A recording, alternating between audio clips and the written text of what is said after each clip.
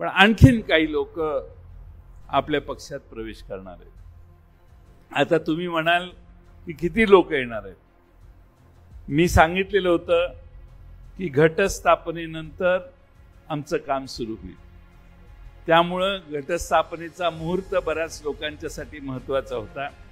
त्यामुळं हर्षवर्धन पाटील साहेबांनी 3 तारखेला काल पवार साहेबांची भेट घेतली.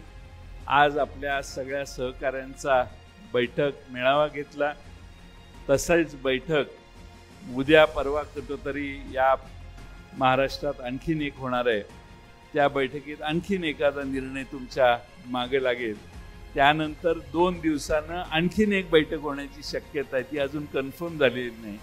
त्यावेळी आणखीन एक कोणीतरी आमच्या पक्षात येईल.